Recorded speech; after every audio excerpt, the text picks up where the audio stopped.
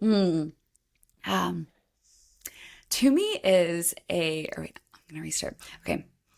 Tumi is a somatic practitioner, magician, and spiritual coach. They support humans to integrate their shadow, reconnect with their bodies, and become their most fully alive selves. They have a particular passion for supporting artists, healers, creative entrepreneurs, and changemakers so that they can show up for their life giving work with total presence, vitality, and turn on, which will inspire transformation in the world from this resourced and centered place. Yes. Yum, yum, Well, yum, yum, welcome yum. to me. Yes, that's how I feel reading that bio. I'm just like, Mm, welcome.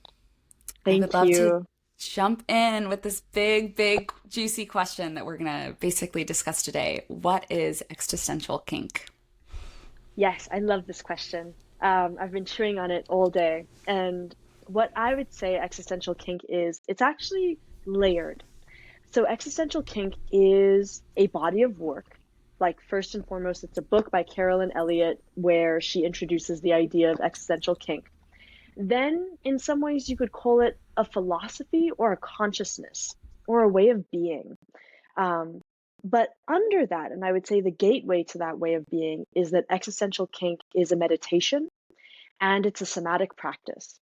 And I think a lot of people don't necessarily define existential kink as a somatic practice, but I think that's super important because in the way that I feel Carolyn transmitting the current of existential kink, it really is a way of reconnecting with sensation in our body without moralistic judgment, and thus freeing ourselves to experience more of our aliveness, more of our vitality, yeah, and more of our humanity.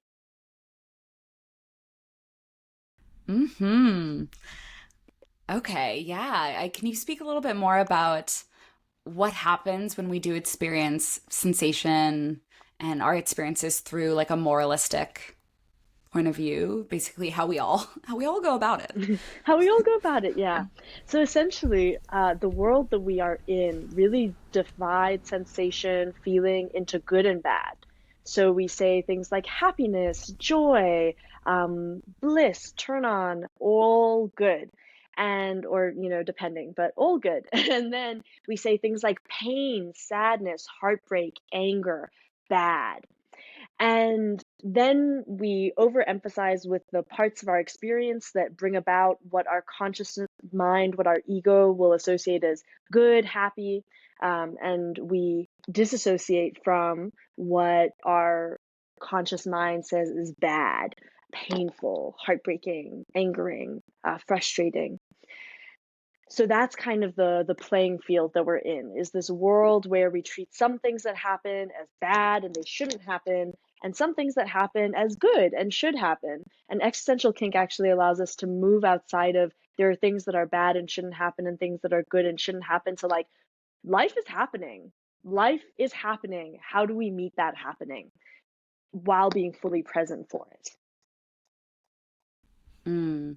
Yeah, how do we experience life in its full buffet of Mm, experiences, which will always include suffering, but how do we mm. maybe not further contribute to our own suffering by how are we doing that? Yeah, by saying, no, I don't like this. This is bad. It shouldn't be happening. So essentially, what we can understand is contraction. Um, and this, that there are some experiences that have such a sensational charge in our bodies that we go like, no, no, no, no, no, no, no. And we kind of instinctively like curl into this ball. It's just very like, no, and that's okay. It's okay that that happens. It's not a bad thing. It's not shameful. It's very human. It's how our bodies protect us. They go into this contracted no. But existential kink, and I would actually say even a lot of like trauma resolution modalities are about learning to unfurl from the contracted no ball position and to move into a more expansive like and in some ways existential kink is learning to say yes to everything that's happening because it is happening, right? Like we can be in acceptance and approval of all of life exactly as it happens. And we can be in acceptance and approval of how the charge of life meets our bodies. And we can be in acceptance and approval of how we respond to that. But it's really about like being in this place of total acceptance and approval of everything that happens inside of us. Wow. I mean, it's radical. Like, it's a big freaking Mm, concept.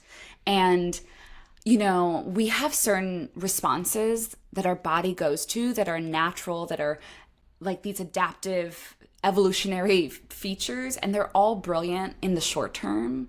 But when they become our mm, default state, that's where they cause real harm. And so, like, bracing is a brilliant freaking mm, response. I'm so mm, glad that all of our bodies have that ability. And yet when we like brace against life and against our mm, experience, it's like compound exponentially more suffering. um mm, mm, and the even just the concept of like, um so the name Existential Kink is really playful. It's like saying you could maybe pleasurably enjoy this bad thing. And for me, that mm, concept helped me soften how I relate to certain patterns, because it mm. was like, oh, I'm just kinky. I'm just kinky like that. I'm just kinky like that. Yeah. Yeah, yeah, and I love you saying that because it brings in this reminder for me that like it's great sometimes when people hear about existential kink and people hear about this idea that we can get off on everything that happens in reality. People will go to the most traumatizing, kind of most intense personal events, human collective events, and say like, "What? We need to get off on that."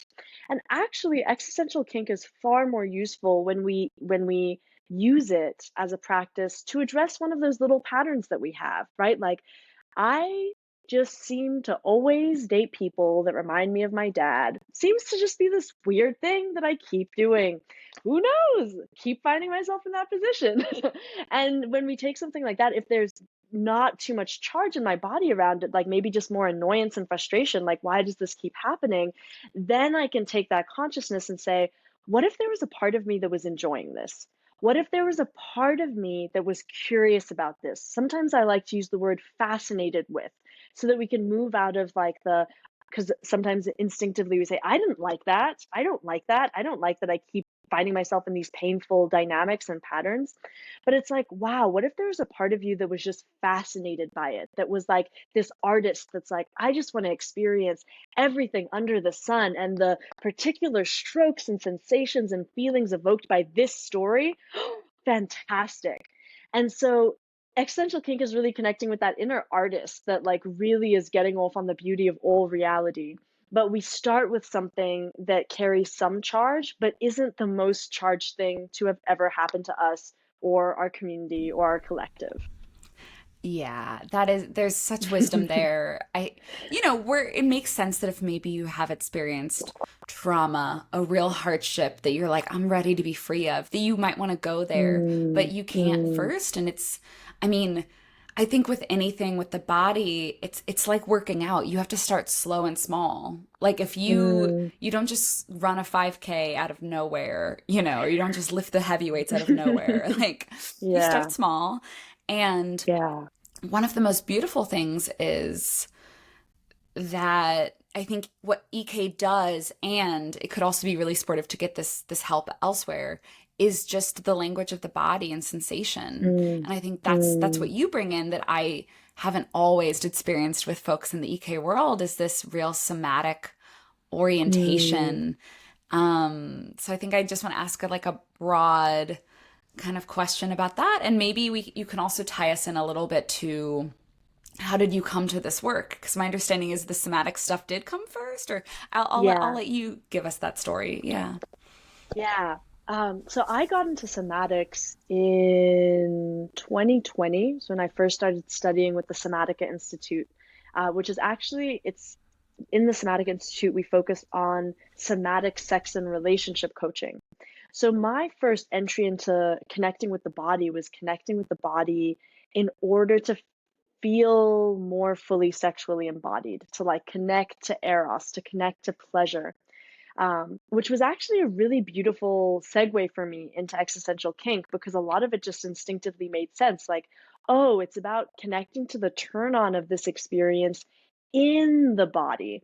And I also, like, after I started training with the Somatic Institute, I got really obsessed with somatics and did some work with the Embody Lab around like somatic attachment therapy and work with Resma Menakem around somatic abolitionism. And I'm like a nut for somatics and understanding my body. And I had a lot of trauma that I needed to work through.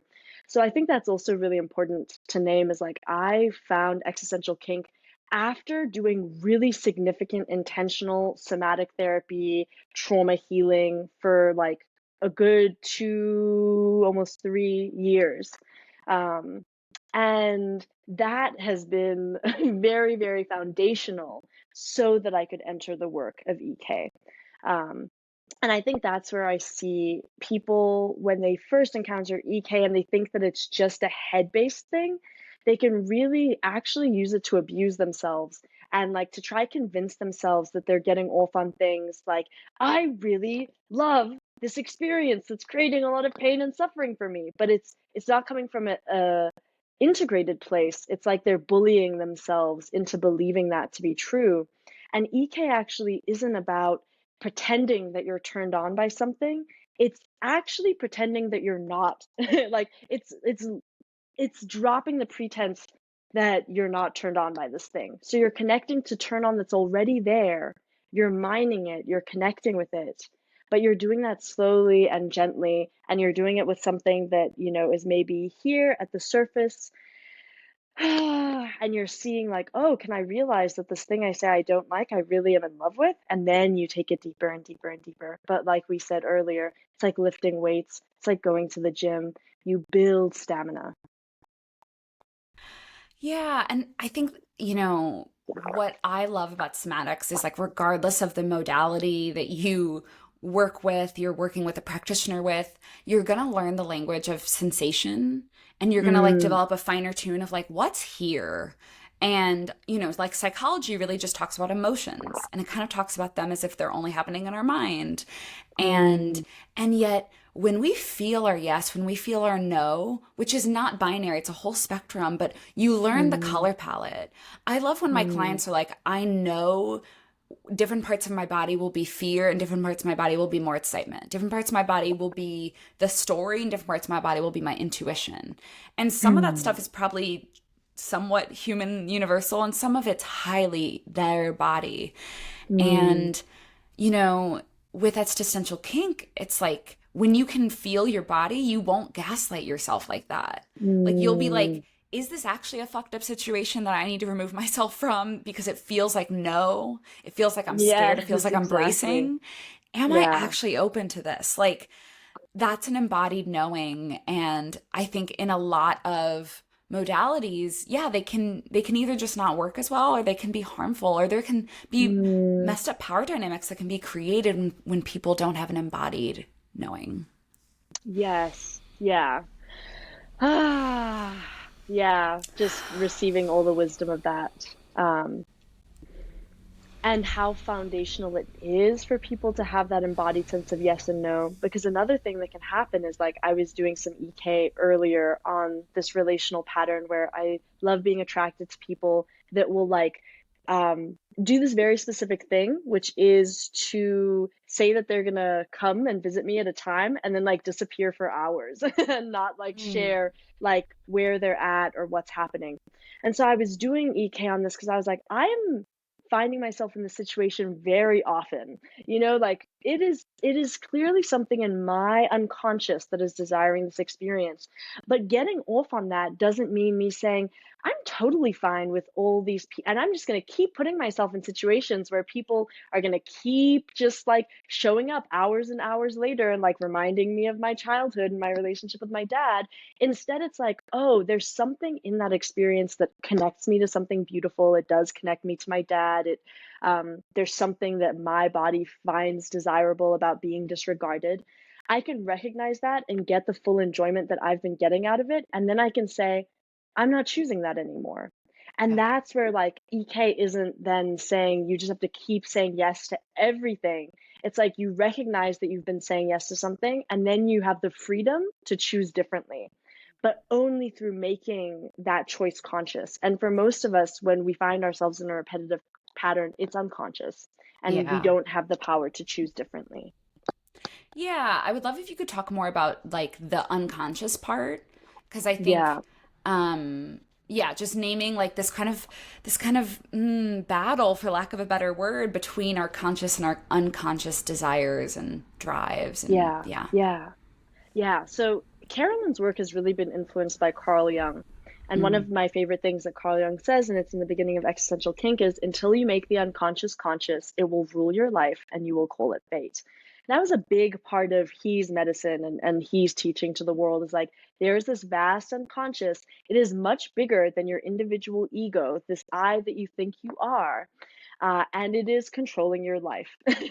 And so, what Existential Kink is really doing is helping us to connect to that vast unconscious that actually wants to experience everything. Once again, the unconscious is this big artistic self that's like, wow, suffering, turmoil, heartbreak, beauty, joy, pleasure. I want it all. Right? The unconscious, in some ways, it's like if you're someone who's spiritual, or you have a sense of like that there is some larger divine intelligence, like the unconscious is part of that. The unconscious and the conscious married is that larger intelligence. And so existential kink also helps us, like when we, at a very basic level, existential kink helps us to get what we want. But often, little small self to me and I is saying, I really want more money, for example, or I really want more loving relationships. But vast oceanic unconscious self to me is saying, I love scarcity. Oh, I love the exquisite sensations of being broke and scrambling for money and being worried about how I'm going to pay for things. And I just love when I have partners that reject me and abandon me. And I think of the ego as like a grain of sand in the unconscious, which is like the desert, or, a drop of water in the unconscious, which is an ocean. And so the unconscious is so much bigger than us. And that is actually our true self. It's actually our true nature. And in order to manifest the things that we consciously desire into this physical reality, we need to marry the two. And that's what EK also helps us to do is like to recognize, wow, there's a part of me that really does genuinely desire money. And there's a part of me that desires scarcity. There's a part of me that desires safe relationships. And there's a part of me that desires just danger and relationships that remind me of my childhood dynamics. And it's not ignoring that both of those exist. It's saying they're both here, they're both present, like with the wisdom that you were seeing in your clients' bodies. These things exist in my body at once. And in some ways, the body is the site of the unconscious, which also makes it so interesting to marry all this work. Fuck yeah.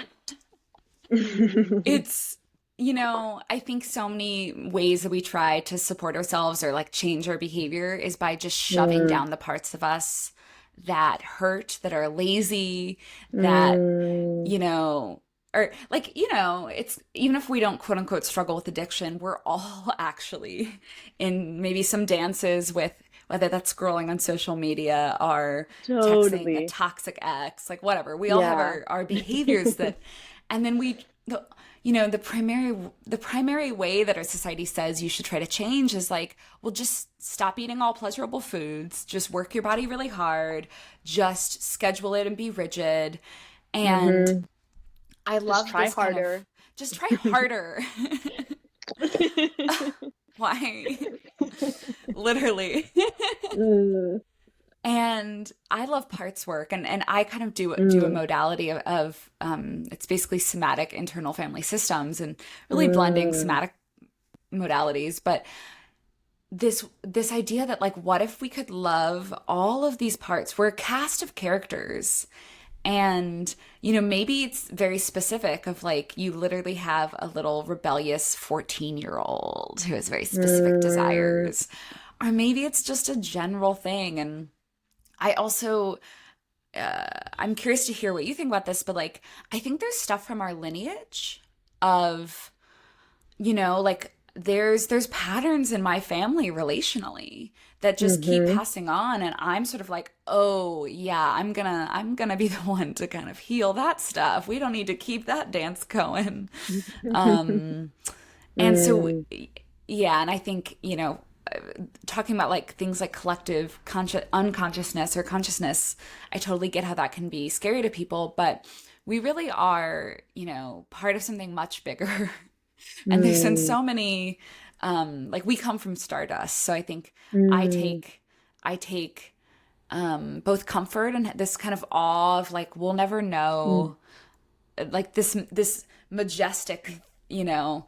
And so I'm like, yeah, there's something collective going on yeah. Anyway, so that's some reflections. Yeah, and I love, so one of the things before I got into EK, I also trained as an ancestral lineage healing practitioner, and I went through an initiation here for several months, Mm, just like really focusing on connecting to my ancestors. And I love the intersection between ancestral work and parts work because I'm like, ancestors are just parts in my, that's my sense, is like, yeah. oh, these are all of these parts, and all of those parts live in the vast unconscious. Sometimes a part is coming forward from like decades, centuries before. Sometimes it's your parents or your grandparents, sometimes it's more recent. But these archetypal energies come forward when they haven't been resolved, or rather integrated. Everything wants to be integrated. That's my sense of the world. It's like everything wants to be integrated. Did you want to say something there? Yeah, I think there's this idea. I mentioned before we started recording that I listened to an interview with Oprah and Marianne Williamson, Mm, and she talked about something of just like the universe being self-organizing and like orienting towards mm, more wholeness and more integration, but also kind of like more complexity and beauty. And I've been really mm, marinating in the idea of, which several people think this, including Elizabeth Gilbert and Rick Rubin, that there's ideas that exist that like want to be created, and they'll mm. find a vessel, which I think you and I both are beautiful vessels for the work that we do. But similarly, it's sort of like, honestly, I'm processing this as I say it, but like I think that's also true with kind of like the collective consciousness, both like negative and positive, of like, Mm, it's sort of like we're collectively processing some of these fucked up stories around like capitalism and race and gender and climate and mm, like, mm, and so I think I want to just ask about like, so far we've talked about EK as more of a individual practice, and just for listeners, mm, like we will do an EK practice at the end, and I'll ask you to talk us through like what does the EK meditation actually look like, but can you talk mm. about EK as this, thing that actually does something on a big macro level as well. Yeah. Yeah, I love you bringing that in because I do feel my grand like philosophy is that everything wants to be integrated. Everything is moving towards love. Everything is moving towards wholeness. Everything is moving towards that place of like the divine marriage. um, but there's so much, like when you were saying like all of these things in our collective unconscious and collective conscious around race, around sex and sexuality, around gender, around like all of it really, it's a lot of it is around power. And I'm from like an EK perspective, like what I would distill it to is like there's a lot. We have been obsessed, like for maybe more than 2,000 years as human beings, we've been obsessed with stories about power. We've been obsessed with stories about domination. Like we have just been absolutely obsessed with these stories. Um, and when I was reflecting on this today, because I grew up, both my parents were activists or and are activists. I, kind of grew up like really being very aware of the world and social justice and going to protests and like knowing about the role that my parents played in the struggle because I live in South Africa. So my dad was very involved and both my parents were very involved in the anti-apartheid struggle. And that was so much of like the content that I was born into. And so I'm like no stranger to these delightful human struggles of power and like wanting to have power over people and all of this conflict. And then growing up in South Africa and seeing just more of that like playing itself out all the time, lots of conflict, lots of power struggles. Um, my sense is that if we are unwilling to integrate that particular aspect of the unconscious or our shadow, it will continue to manifest because it will continue asking to be integrated. And it will continue to manifest until some generation, which is what I hope our generation is, and what I believe our generation to be, until some generation says, we are willing to integrate this. We are willing to look at this. We are willing to learn from this. We are willing to accept the gifts of this. We are willing to heal the trauma from this. Until that happens, it'll just keep resurfacing.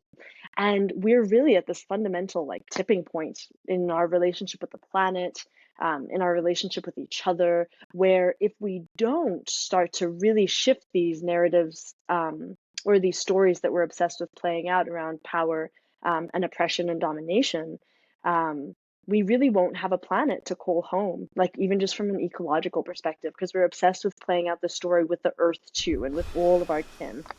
Yeah. Um, and so yeah, that feels like the potential of EK is huge at a Mm-hmm. collective level because it's not enough to just shift the external structures if we don't shift the consciousness that created them.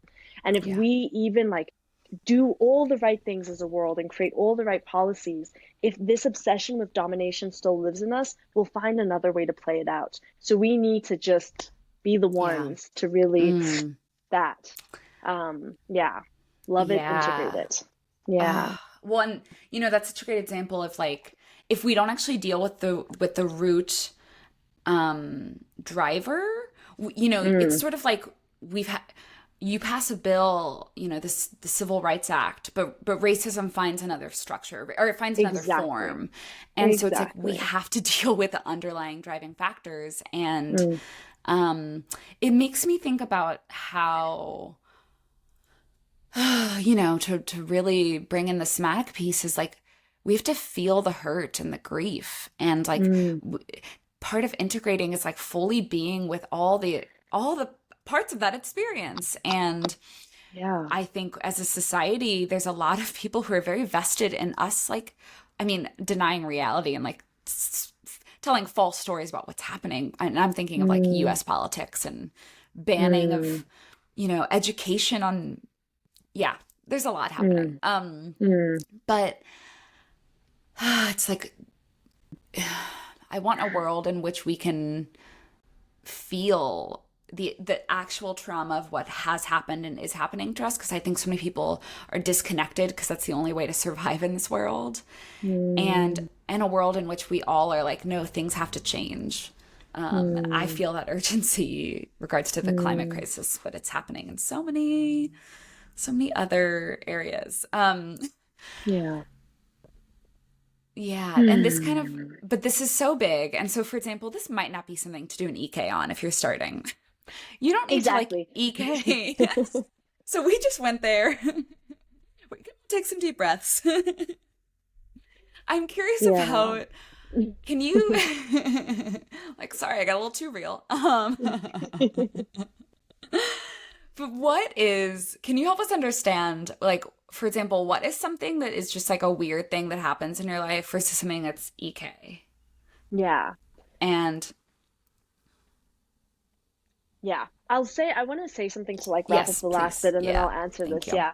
But I do think like what you said there, Jaclyn, about like, yeah, if you're just starting EK, like don't begin with like the environmental crisis, or like No. white body supremacy at like its biggest scale, because it's just going to be too overwhelming. And Yeah. some other wisdom that like you shared there is this principle that Carolyn also shares, which is like before we can feel the pleasure in something, we need to feel the grief in it. So that's also a part of the EK process is fully feeling the grief, fully feeling the grief of environmental destruction, fully feeling the grief of white body supremacy and the impacts that it has on all of our bodies, fully feeling the grief of colonization, fully feeling the grief of patriarchy and this fearful relationship that so many of us have with our sexuality and our bodies. Like all of that grief work is so important. We need to let it pour out of us. We need to feel it fully, be present with it fully. That's when we can start to realize from the larger like the larger perspective that there is something about these stories that has been compelling because there was something for us to learn in them, and we can also alchemize that and move on. Yeah. But yeah, just want to give people that scope that like eventually I do EK on a lot of these big things, but it's because I've had all of this practice on doing little annoying EK stuff. So then with your question Yeah. about Well, sorry, one yeah, last, yeah, you just go. that, if there is grief, we have to feel it. And at We some have to. point, we will get to a place where we can feel grief and joy together, but you can't get Mm-hmm. there if you can't feel grief first. And if you don't Mm, feel grief, you probably will feel, or you'll have less of a capacity to feel even joy. So, like, mm, grief is scary, but like, feel mm. that shit. Feel it. Yeah, just wanted Yeah. to like say that. Add that a little bit. No, and I love that this grief bit just feels so alive. I think also adding that like with grief, it's that like pendulation and Yes. going into little bits. Like grief can be so overwhelming if you're a person. Yeah. I have like a Cancer Sun, Pisces Moon. I feel things very deeply. And if you're like a very big feeling person, you want to touch into little bits of the Hmm. grief, metabolize that, come back into safety and regulation, then Yeah. go back, touch a little bit of the grief. So it's not something that any of us could do in like a day. Like you cannot Yeah. feel the grief of the world in like a day. No. And that's why, yeah, doing this work like and doing it over time is so important. Also to build our capacity to be with grief. Yeah. Yeah. I think we're just flowing here. So I want to just add a few things because I realize Yeah. some of these concepts I may not have touched on is Mm, so, you mentioned pendulation, and basically it's the idea of like, can I go back and forth between something that maybe feels hard and something that feels neutral or good? mm, And can I take small bites? Um, and so what's beautiful is also intentionally having practices where we feel into pleasure. And that could mm, simply be like petting an animal and letting yourself feel the full sensations and the full pleasure, simply laying in the sun. Like, how can we really build the capacity to be with and savor pleasure? mm, Um, and doing that dance between a little bit of grief and then bringing your body back to a pleasurable state and like letting your body know, like, oh, I can feel both. mm. I Neither one is all consuming, and it builds up our capacity to feel. And we get less attached to the story that hard place is like everything. Mm, mm.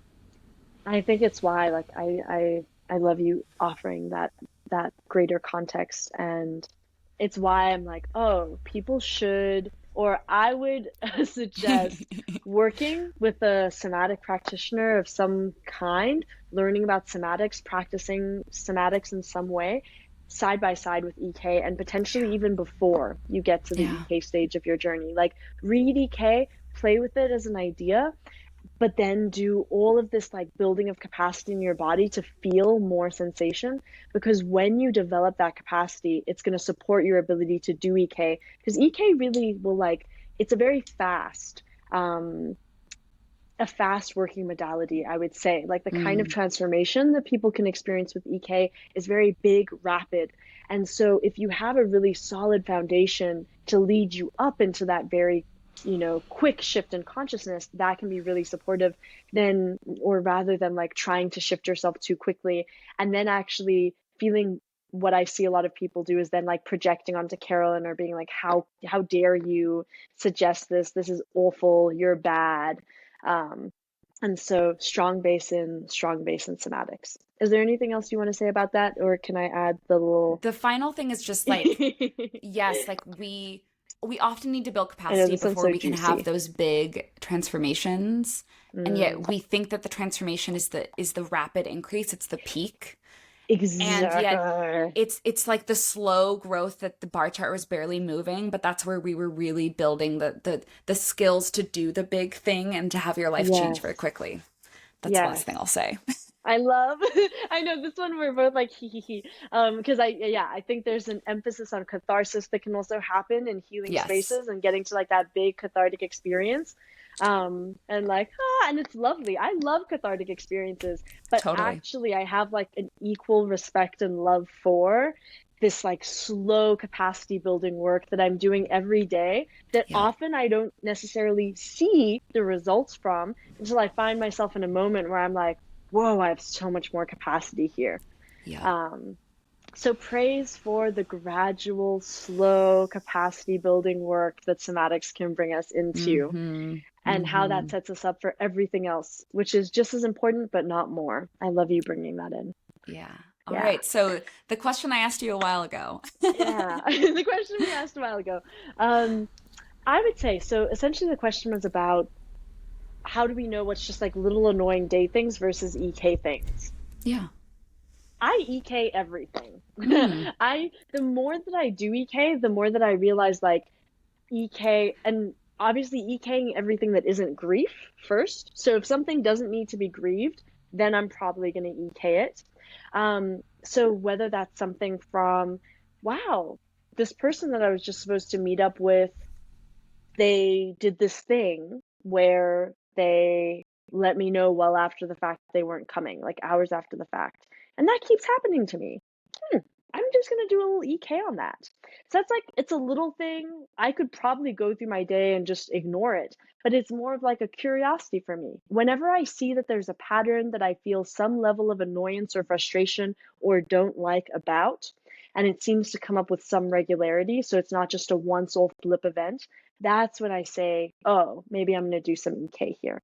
But with that being said, this is where I feel like EK is more a consciousness. I rarely sit down to say, like, now is the time to do an EK meditation. I did that more in the beginning of my time with EK. I did more of like EK meditations and deepest sphere inventories, which is another practice that's amazing that Carolyn speaks about in the book. But now it's more of like an instant after doing that meditation enough, there's just a part of my brain that isn't able. I used to, let me collect my thoughts here. I used to say, oh, I don't like this and this is bad. And I just stay in that forever. Now I'll go, I don't like this and this is bad. And then there'll be a secondary voice or secondary consciousness that comes in and is like, oh, you love feeling like you don't like this and this is bad, huh? So that's more how EK plays itself out in my life, is like, and it's not to take myself out of that don't like. Sometimes I'm like, I'm just going to stay in don't like for the whole day, but I'm going to stay there with the knowledge that I love being in don't like energy. Does that make It sense? does. Yeah, I feel curious. What is that? What is the difference between those two ways of responding or reacting in your body, and how does that like impact you? The two ways, like the don't like and then the secondary Yeah, like consciousness around the don't pre like. EK, and then have, yeah, being stuck in the don't like and being stuck in the story versus at least having the story and the like, huh? And the little awareness, yeah. Mm-hmm. So I'd say I'll use this very specific example because this is like my Yeah. big EK thing at the moment, which is that when I was a child, my dad would do this thing where he would say, like, I'll be there in an hour. And then an hour would come by and he'd be like, oh, I'll actually be here at 2.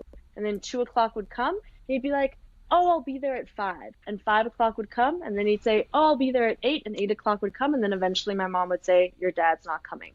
So I had this like intense experience of delayed disappointment that then created this like in my body around that. So my body will instinctively go into like a panic around any experience of delayed disappointment, especially with a partner, especially around time.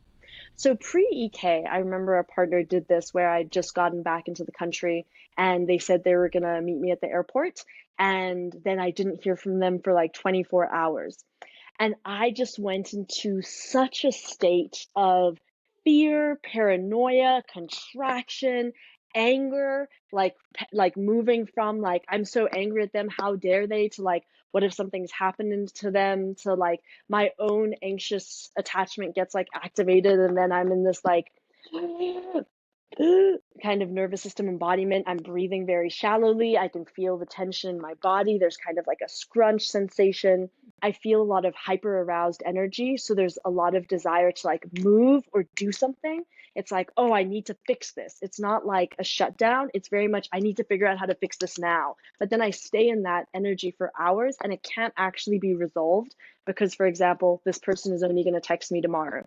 So I would just stay in that dysregulated place of like, And that would be really painful for me. And then it would come out really intensely after when I eventually got hold of my partner. I just like lose it. Like, how dare you make me feel this way?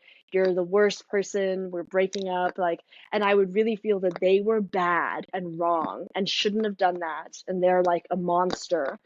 And I would feel very much like a victim. And then the relationship would blow up. And I would carry that pain for months, like just, running it around for months. Um, Now, so I had something, this has happened like twice in the past week where like there was someone today, an ex that was going to come over and they were going to come over yesterday as well. And they just disappeared. And then we're like, oh, sorry, thought I told you I wasn't going to make it. Um, and the way I responded to it was like way less tension in my body. I noticed where some of the contraction came up. I noticed where the story came up that it was personal and they definitely were doing this to me. Like this was definitely a vindictive act, versus like this is just random and accidental. Um, or even if it was personal, like even if they had malice in their intention, like that still wouldn't be about me. But I could feel all that story come up. I could feel all this like feeling of like, what's so wrong with me that this thing keeps happening to me, this questioning of my worth. And then the way that like I go into also wanting to like either fight or have a conversation instantly or resolve it instantly. But I can feel all of that happening. And when I have that awareness that like a part of me is in love with this experience, it doesn't mean that the experience just disappears. Because I think that's what people think. Then it just means like, oh, it's gone. It actually means I can just be fully present with the experience because I'm not so caught up in the story that it shouldn't be happening and that what is happening is wrong and it needs to stop. I'm like, oh wow, I'm in this place again. Oh, what does it feel like? Oh, how is it feeling in my body? Ah, oh, I know this place.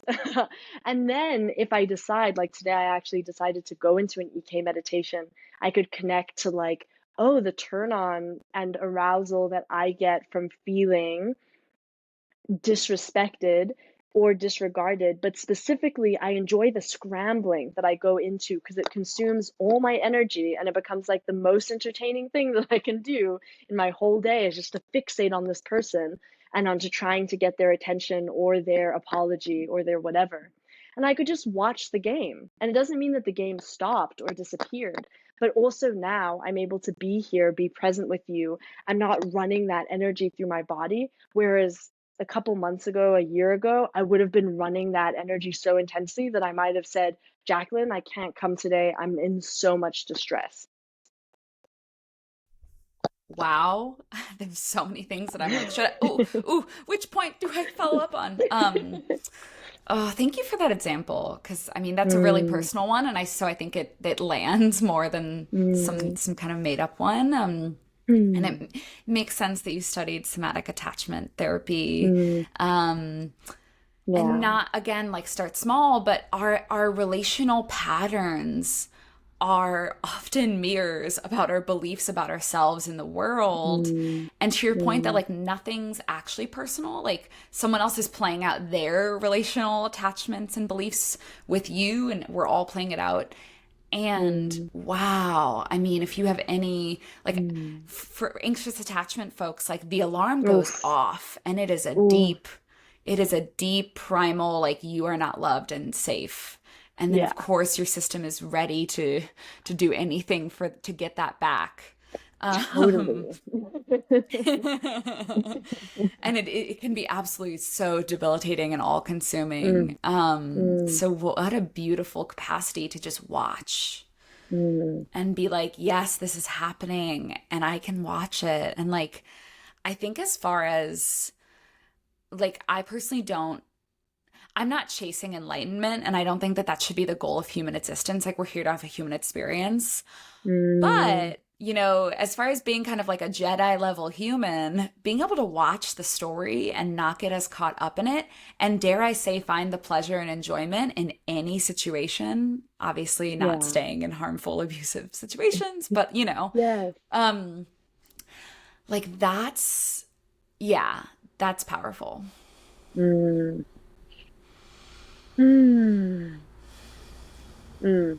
Yeah, and thank you for that reflection because I feel that too. Like that for me is the superpower. And I think when people um a lot of people have a strange or have an idea of enlightenment that it's like this ascending out of the body, which I actually don't think enlightenment is. I think of enlightenment as like being able to be fully aware of our divinity and like fully aware that we are here in a human incarnated body and to balance both of those. Yeah. And that is for me what happens in those moments of like, I'm fully aware that I'm human. So it's not just associative. It's not, well, part of me is enjoying this, so no big deal, which wouldn't be true. Right now, I'm having a sensational reaction. So it's like surrendering fully to that sensational reaction with the awareness that, like, also with some of that divine awareness of having this experience shows that I'm human, shows that I'm incarnated. Like, what a Yeah. miracle that I'm feeling all of this. And so there's that like dual appreciation, um, and being fully present with it, which, yeah, does feel like a Jedi skill. Thank you for It's reflecting that. yeah. Yeah. Yeah. And the phrase that I learned from you is that we're basically all just sluts for sensation. Yes. Yeah. Yeah. And that's like my morning mantra. It's like, oh, we just love sensation. And Yeah. at the highest level, we're not judging this sensation is good, this sensation is bad. Once again, where EK brings us into this larger awareness, it's like, oh, sensation. I sometimes I say like I sense, therefore I am.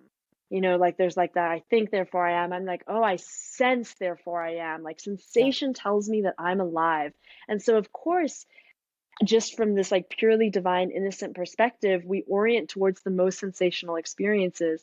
Sometimes the most sensational experiences are also the most painful, heartbreaking, the ones that remind us the most of our childhood and relational dynamics, or sometimes what I'll call rituals that we've played out over a lifetime. Oh, that one hit. I'm gonna need to Well, marinate on that. yeah, I read that in there's this book called Terror for Change, and she speaks about the Six of Cups, and she speaks about like childhood trauma and the way we Yeah. reenact it as like ritual, and I was like, Yeah. "Whoa." Oh. Totally got me. Yeah. Well, and just to like make that really clear, I think for, if as a child, if we had maybe needs that weren't met, we might reenact that same dynamic as a way to get those needs met. Mm, It's sort of like we're mm, replaying. mm. So for example, you might have that experience with your dad, and then your Yeah. subconscious is like, I need to replay this so that he'll finally come when he says he comes. Yes, That's all the exactly. little you wants to experience, and yet Mm, it's kind of like, this sort of like, oh, but you're gonna keep getting the same outcome if you keep doing the same thing. mm, And EK is not about like actually reliving that outcome or that dynamic intentionally per se, but like letting ourselves actually enjoy it. And then maybe, yeah. just maybe, with the intention of our conscious mind, it can kind of like soften and yeah. Mm. Mm. Yeah. And even there, like after I'd had this experience with my ex, then I just sent them a message later in the day once I'd gone through my cycle and done my EK and regulated. And I was like, hey, you're human, totally get it. I don't want to try reschedule for a third time. So if there's something you need to communicate to me, you can text me, you can voice note, you can email. Those are the ways that you can reach me. Otherwise, hope you're well, take care. So I can like from this loving place offer a boundary and also like recognize that I can take care of myself, but I'm also, yeah, I'm not rushing any of those steps. And it's like Yeah. it's actually, I don't want to say much safer, but much more loving to myself, I think, to take Yeah. that route than in the past where I would have just waited for him to respond and then be like, come over right now, because I'd Mm. be like, we need to resolve this right now. And we'd go back into another cycle of drama and Yeah. my body would feel that. So, Yep. yeah. Yeah. Well, bravo. Yeah. And, one thing I think EK can help us with is understanding, how do I enjoy this sensationally? are there Mm, other needs to get those, are there other ways to get that sensational need met that mm, are more enjoyable? So, you know, yeah, maybe there's a desire for some real electric, fiery, bubbly energy. What are other ways to get that met? And even, mm. you have a background in the sexual and relationship coaching. Like, we can play out some fantasies in safe, consensual ways that Yeah, literally are sexually pleasurable. And so you could play with your, exactly. maybe someone's like, oh, I do have an abandonment fantasy. It's like, great. You can create a container that allows you to Amazing. play with that and then also be held and loved afterwards and in a secure relationship. So it's almost like, yeah, sensation brings us closer to like what the desire is, the desire Mm, minus the story. I love that. The desire minus the story. Hmm. Yeah, and just when we can like come down to that pure sensation, I think that's what EK is. Like you've just summed it up so perfectly there. It's like just connecting to the sensation. Um, and then that's what I love about being a sex coach as well. It's like, oh, how else? Like that's why. So then sometimes after, like when I want to alchemize all of that EK energy, I'll just masturbate. I'll like get out my vibrator, and then I like play the fantasy in my head of like, oh, I'm just so abandoned by this person. Like, but I'm feeling the pleasure and the turn on at the same time, and it's like, oh, and then I can close it, and then I can be like, yes, I got to experience it. I don't need to experience it in my outside life. Yeah.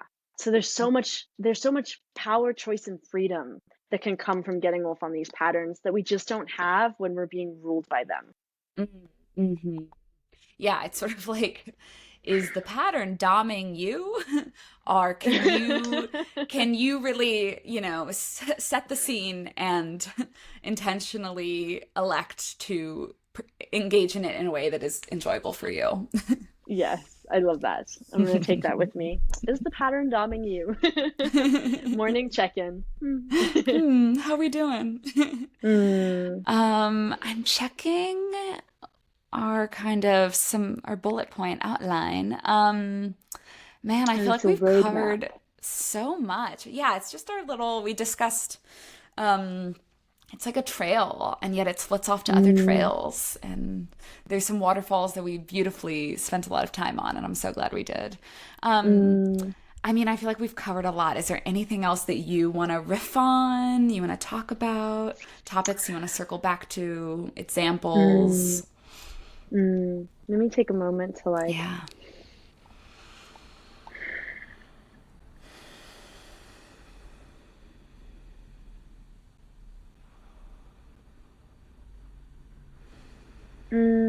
I think the last thing that I would say about EK is I find that a lot of people who arrive at EK have done a lot of the other work. Like they've been in talk therapy, maybe they've done some somatic therapy, like they know about inner work and self-help and listen to the podcast and like do all of this work. Then they arrive at this precipice where it's like, then what? And that was very much me. Like I had been in talk therapy for years and I knew all this stuff about my dad and I knew how it control. It's like, yes, I know that I do this because of this relationship with my dad and because this happened when I was 3 and da, da, da, da, da. Like we know the whole story, but then there's this question of like, okay, and then what? Like, how do I actually see the fruits of that awareness, of that understanding bloom in my life? Because I can know that I choose these partners because of my relationship with my dad, and I might still keep choosing them. Um, and I find that EK really offers the one significant solution to the like, then what? Like, EK really shines in transforming challenging patterns. And so I guess I just want to say that for anyone who's listening, who is in these worlds, has maybe been going to talk therapy, maybe like knows a lot about inner work and self help and cares about doing this healing work, but you find yourself in this position where it's like, okay, I recognize that I have these patterns, I can tell the whole story of them, and then what do we do with that?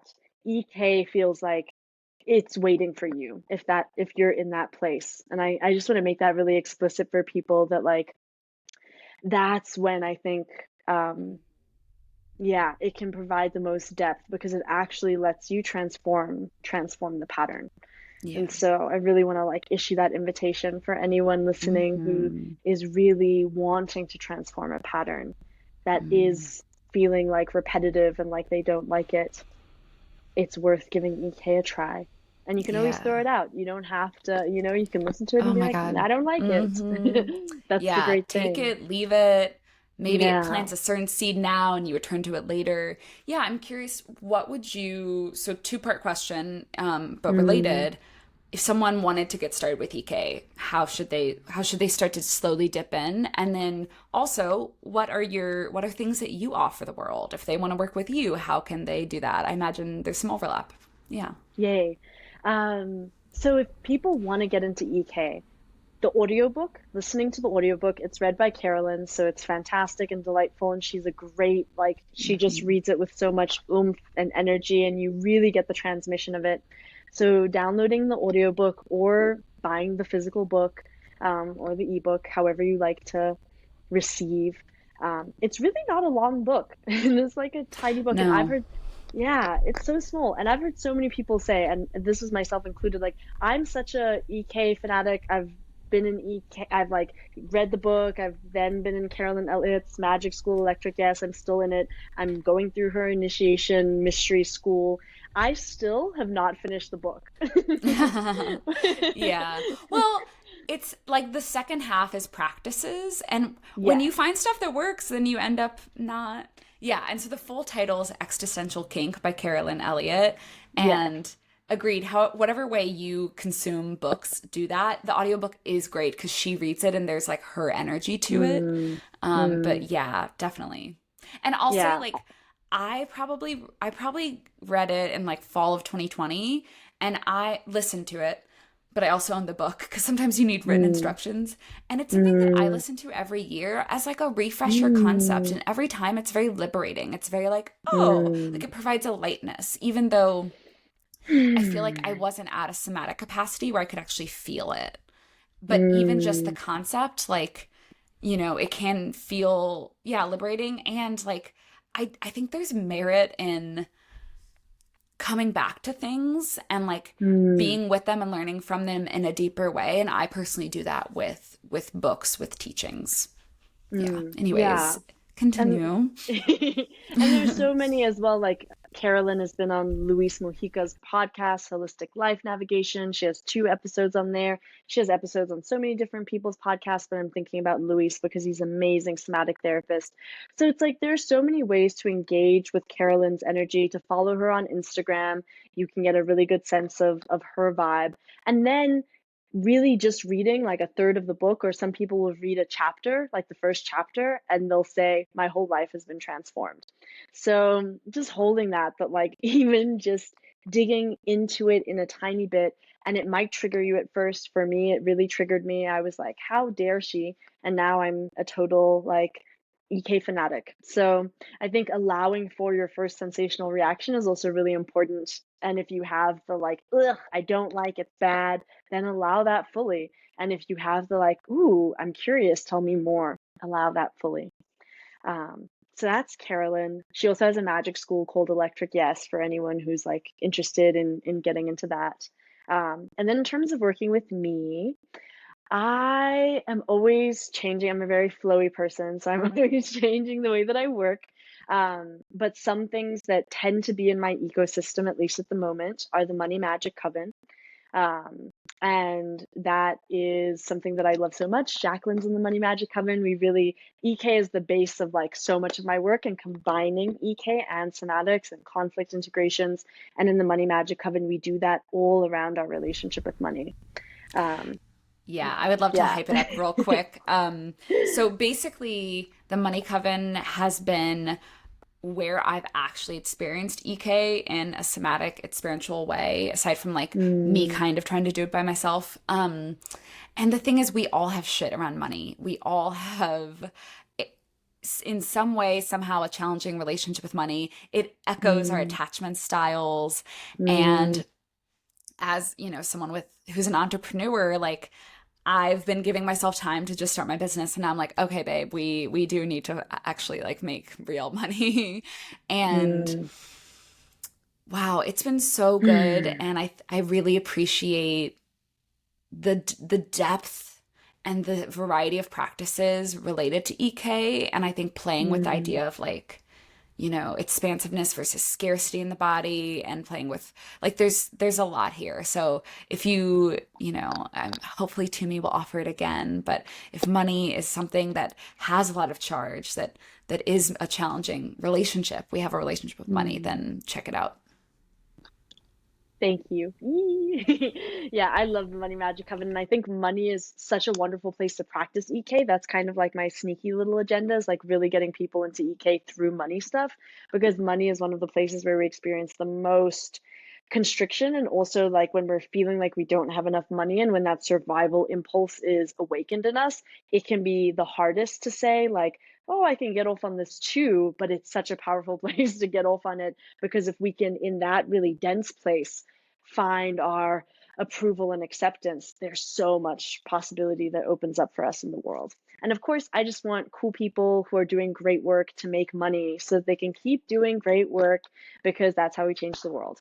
So that's one thing. I have a little container, The Magicians, which is really where I focus more on like business stuff and marketing stuff and sales stuff. Once again, for my people who are just cool people doing cool things to change the world. And then every so often, I just like pop up with a little like, oh, I'm doing a Jesus cult, or oh, I'm doing one-on-one sessions. My capacity as I'm going through initiation right now for one-on-one work has been more small, but in the future I might start doing one-on-one work again. So if you are someone and you resonate with me, the way that I like working with people most is like if someone really resonates with me, just send me an email and say like, "Hey, I heard you here. I've been following you, and this is what I'm desiring." And then we can connect and see if there's like some shared energy there. Yeah. Because I really like to work in ways that feel aligned. Yeah. Yeah, and you have so much training and tools that come together. I mean, the body, Mm. sex, and money, like talk about stuff where we feel shame and constriction, and where we can also feel really Mm. expansive and supported and trusting, and how all of Mm. those influence every area of our life. So whatever, Everything. if this resonates, yeah, that's working with you would be juicy. Mm. Thank Yeah. you. Yay. Well, I would absolutely love for you to guide us in an existential kink practice. Would love if you could maybe talk us through what it Talk is through. before we do Totally. it. Yeah. Yeah. I'm wondering if there's an ideal, I think you were saying like 10 to 15 minutes. We ideally keep it in that Yeah. range. I don't want to Yeah, keep it too long exactly. for people, just to give them a No, taster. and yeah, just a taster, just a little bite-size appetizer. Amazing. Bite-sized appetizer of EK. So what we're going to do is, so essentially when we do EK meditations, we're taking something that we say we don't like. And because it's, we're kind of, there's a larger group of us connecting through time to do this meditation, I think we're really going to center it in scarcity and constriction. So generally, when we feel that sense of like, because this is a really great place to EK. So just to give a little bit about the practice, essentially what we're going to do, and I'll guide us all through this, is we're going to get comfortable. Really, we want to be, you can lie down, you can be seated.